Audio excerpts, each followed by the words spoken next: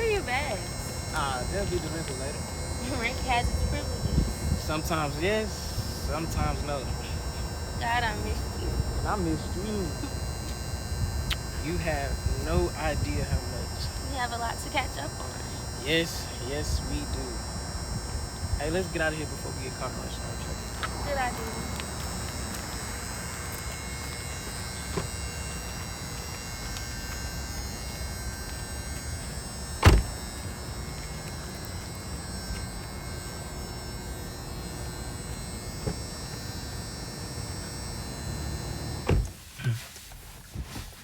Keys?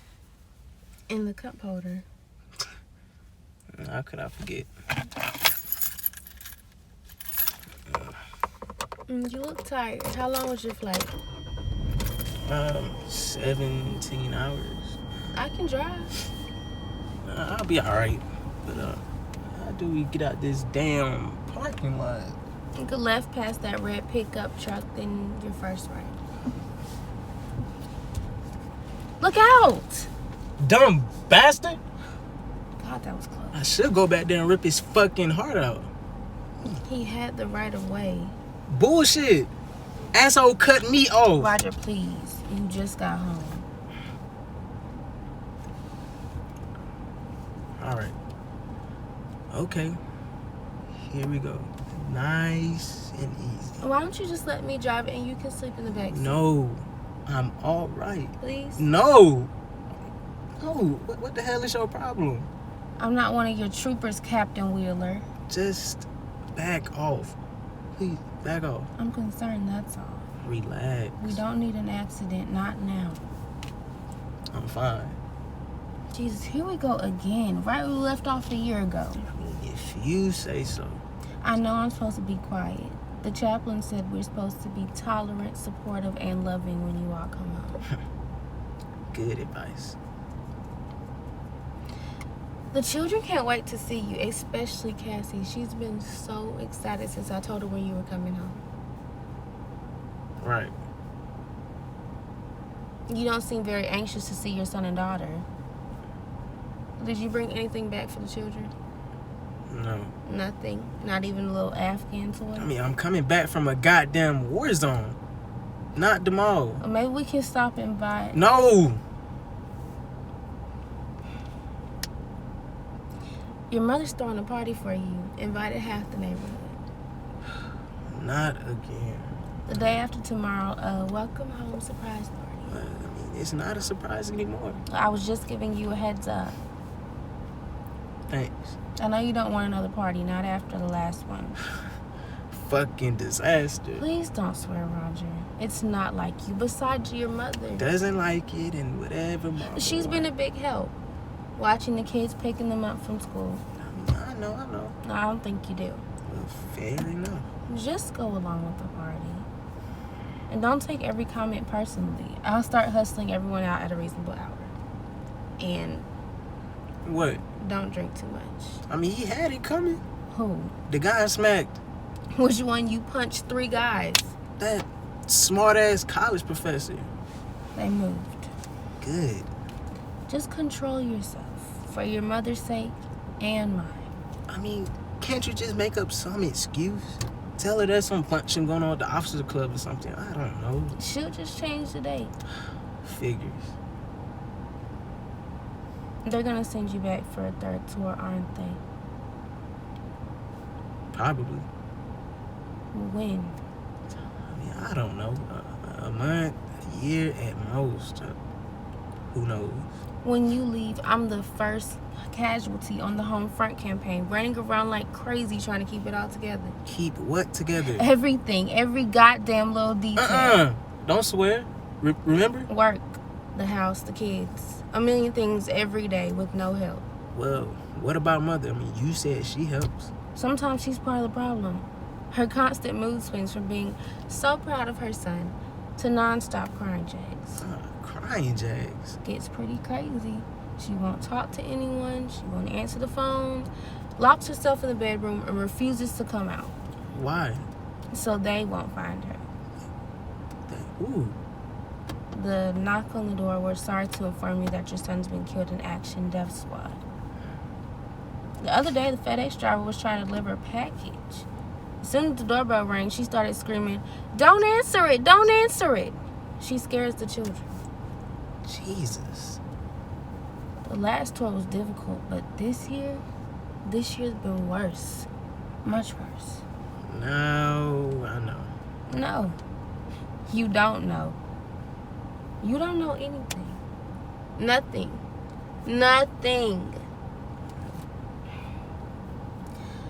I try to send you upbeat emails, even when everything's going wrong and I feel like crap. And nothing. Not a single word for you for almost a month. I'm sorry. It didn't work out. What the hell does that mean? It worked out every few days for the first 12 months. Why not this time? I said I was sorry. I was worried sick, and the kids pick it up. God knows I try to hide it from them, but they know. Then they worry, and a bad situation gets worse. Jimmy's hard to control every day. Temper tantrums, fights at school, and Cassie, a confused, frightened 6-year-old. Mommy, did the Batman kill Daddy? I didn't have access to the internet. And your mother asking me to check my email every 5 minutes. Sometimes I just want to strangle her. Yeah, that's the way it is. You come home to marching bands, parades, pats on the back. Good job, Roger. Hang in there, buddy. But what about me? I'm the one that deserves a medal. Christ. Last week, Jimmy's 4th grade play, I sat with the rest of the "Our Husbands Are Over There" widows in the back of the auditorium. I felt like a leper. What, people won't talk to you? They're afraid to, and I don't blame them. They're all wound up so tight they don't know when one of us is going to start bawling for no reason or scream at them for God knows what. I didn't know. Well, now you do. What was the play? A streetcar named Desire. Well, let me guess. Jimmy was Stanley Kowalski. Hey, Stella! Where are you, Stella?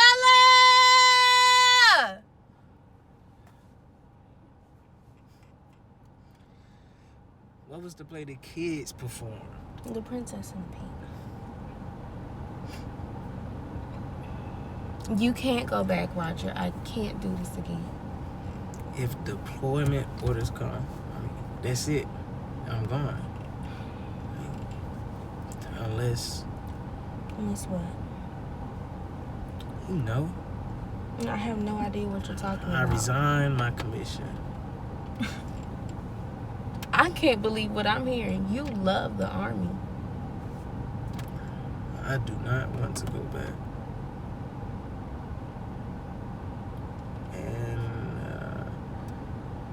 I can't go to the house. What do you mean you can't go home? I mean, I can go home, but what? I can't see the kids, especially Cassie. Not now. What's the matter? You better pull over. There in that parking lot. This might take a while.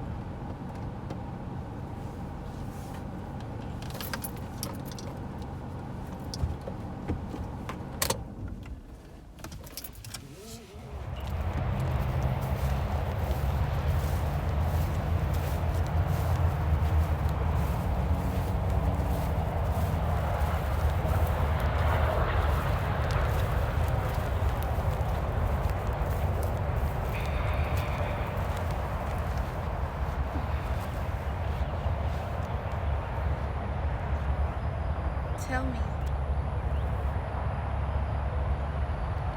I don't know if I can. I'm your wife. Roger. Look at me, please. I love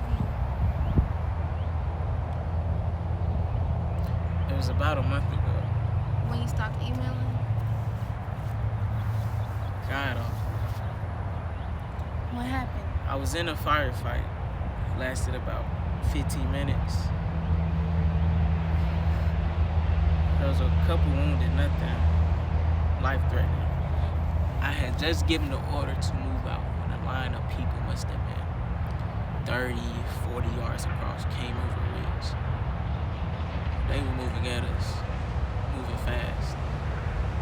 So I took out my binoculars to get a better look, and I couldn't believe it. It was a line of women and children behind the Taliban fighters, each holding a woman and kid in one hand and a weapon in the other.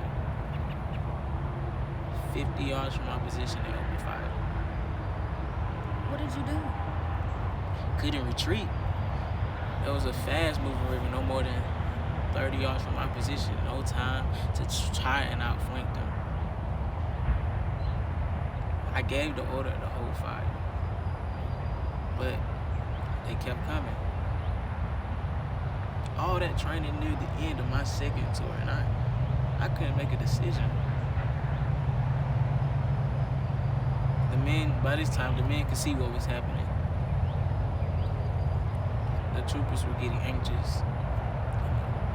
They didn't want to kill children, but if we didn't return fire soon, we risked being overrun.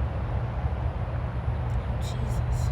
The platoon sergeant was screaming at me, "Captain, give the order to fire. Do it." And? I waited, hoping they would drop the women and kids and then come at us, but they didn't. The platoon sergeant said if I didn't give the order, he would. He was right. I ordered my men to fire. What happened? The men, I could see like the men were trying to be careful by firing single round instead of bursts, but the enemy was closing off fast. And finally, they opened up. We moved them back. Thank God none of my troopers were killed. I'll probably be in a stockade.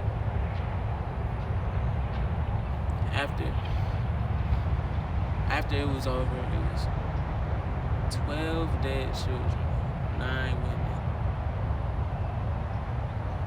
A few of the men knelt next to the civilians, wept openly, bitterly. The medics tried to help the wounded, but no good.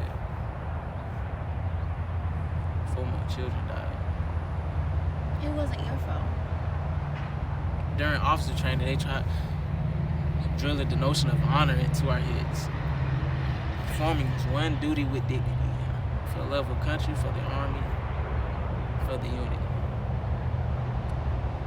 Where's the honor in killing women and children? No matter what the situation is?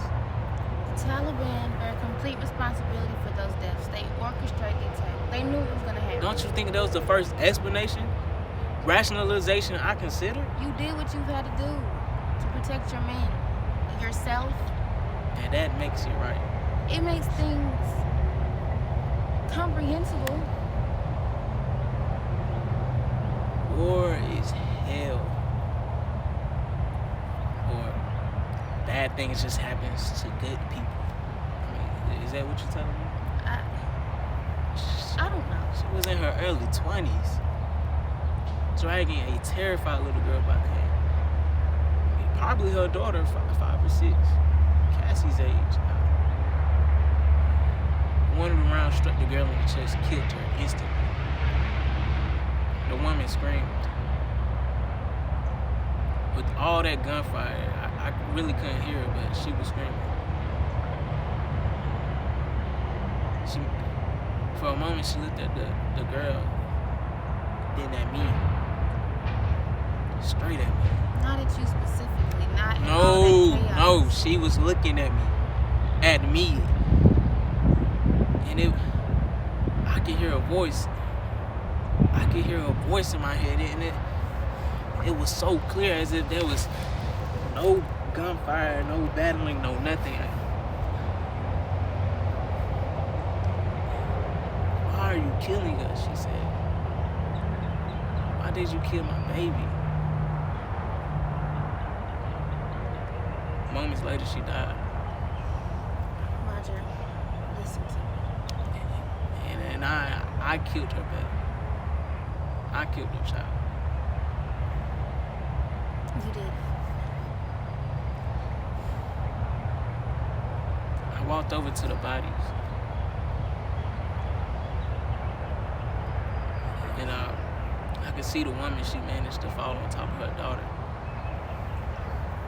trying to protect her even in death. I walked over, I bent over to get a closer look at it. The girl, she was holding a dog.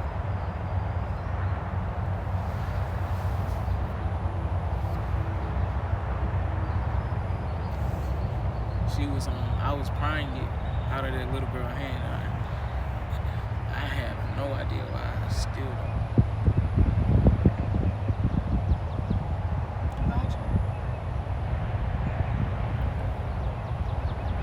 After that, I went to find cover. After the shellings was done, and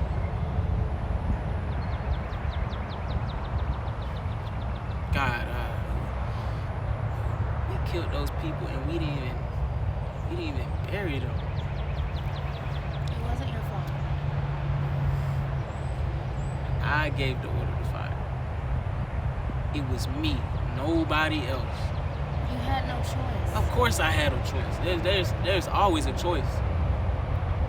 There's always a choice. I could have waited longer before giving the order. I don't know. I've been holding this dog for a month. Every time I look at it, the whole scene plays over again in my head. You have to stop torturing yourself.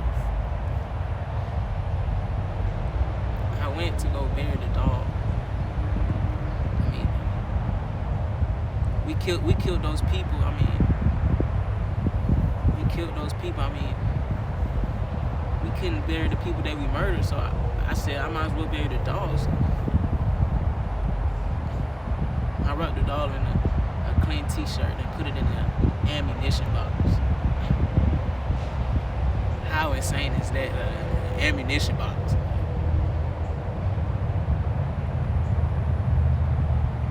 I even said a prayer.